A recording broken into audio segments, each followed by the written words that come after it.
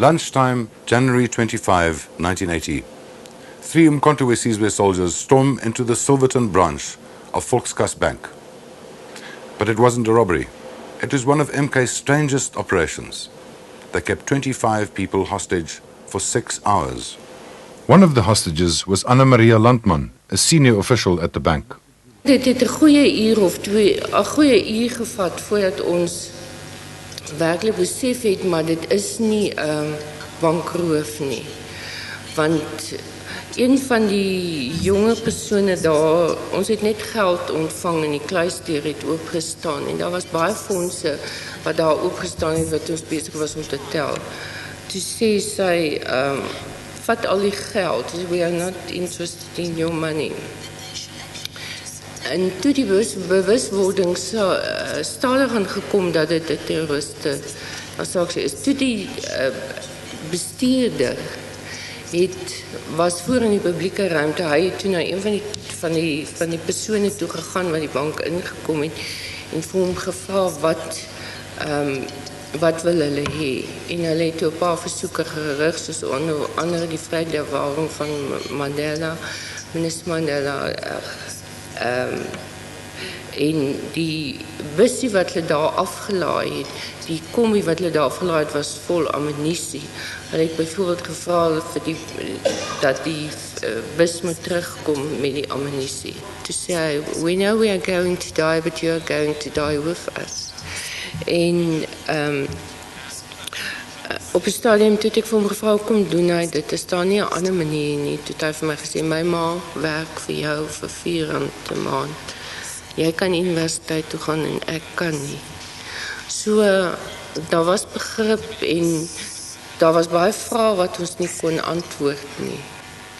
Om 6:05 het die dalk die bank binne ingestorm en ons ontzet. Al 3 die terroriste is doodgeskiet, 2 van bo af deur verskoon my, ek het elektrische skokbranders onderschaald, nou kan ek nie so lekker onthou nie. Maar 2 van die terroriste is onmiddellik doodgeskiet deur skerpskutters. Maar ons terrorist was nie sigbaar nie. Met ander woorde, dalk mag ons die trap afgekom het.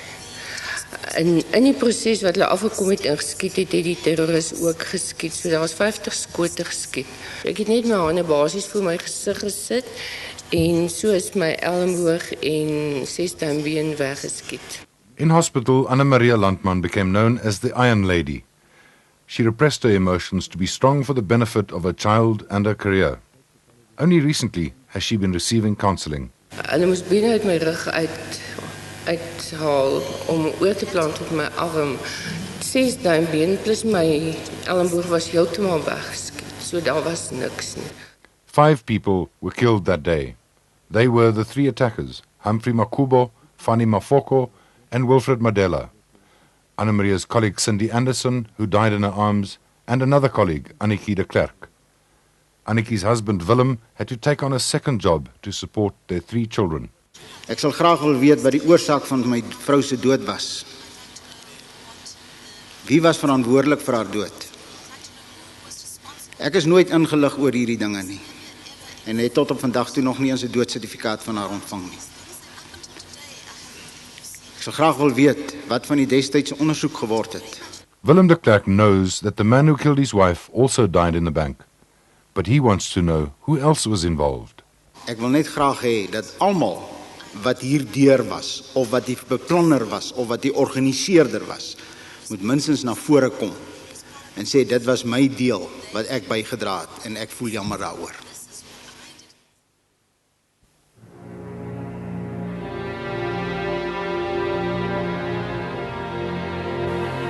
On Friday, the 20th of May, 1983, a car bomb exploded in front of Air Force headquarters in central Pretoria.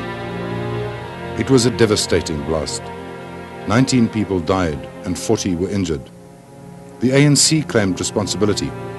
Shortly before, they had warned the South African government to remove military installations from civilian areas. Many of the victims were civilians, although the ANC stressed that the Air Force was the target. This is how Neville Clarence experienced the attack. And at the time, my base was Air Force Base Waterkloof. So I arranged to leave there a little bit earlier to first go via Air Force headquarters so I could collect certain documentation, which I wanted to use for recruiting purposes. I was a fighter controller instructor.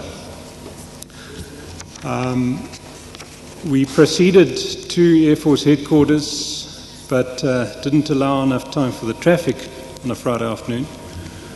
Arrived there just on 4:30. At that time, the Air Force used to work until 4:30, so by the time we arrived, there were already people leaving the building. We were looking for parking. We eventually reversed and found decided to park in the loading zone directly in front of the entrance to the building. I was still trying to decide whether it was now worthwhile to go up into the building to go and fetch the documentation I wanted, or to proceed on our way, when what sounded like to me was a click sound, and that apparently was the explosion. At the time, we were parked about a meter behind the car which contained the bomb. Fortunately, I was to a large degree protected by the car, but I sustained shrapnel and glass injuries to my face, resulting in blindness and also some damage to my eardrums. A few seconds later, I felt myself being pulled out of the car, and I was laid down on the pavement, and at that stage I couldn't see. There was a stinging sensation in my face from the cuts and lacerations, and also from some initial burns.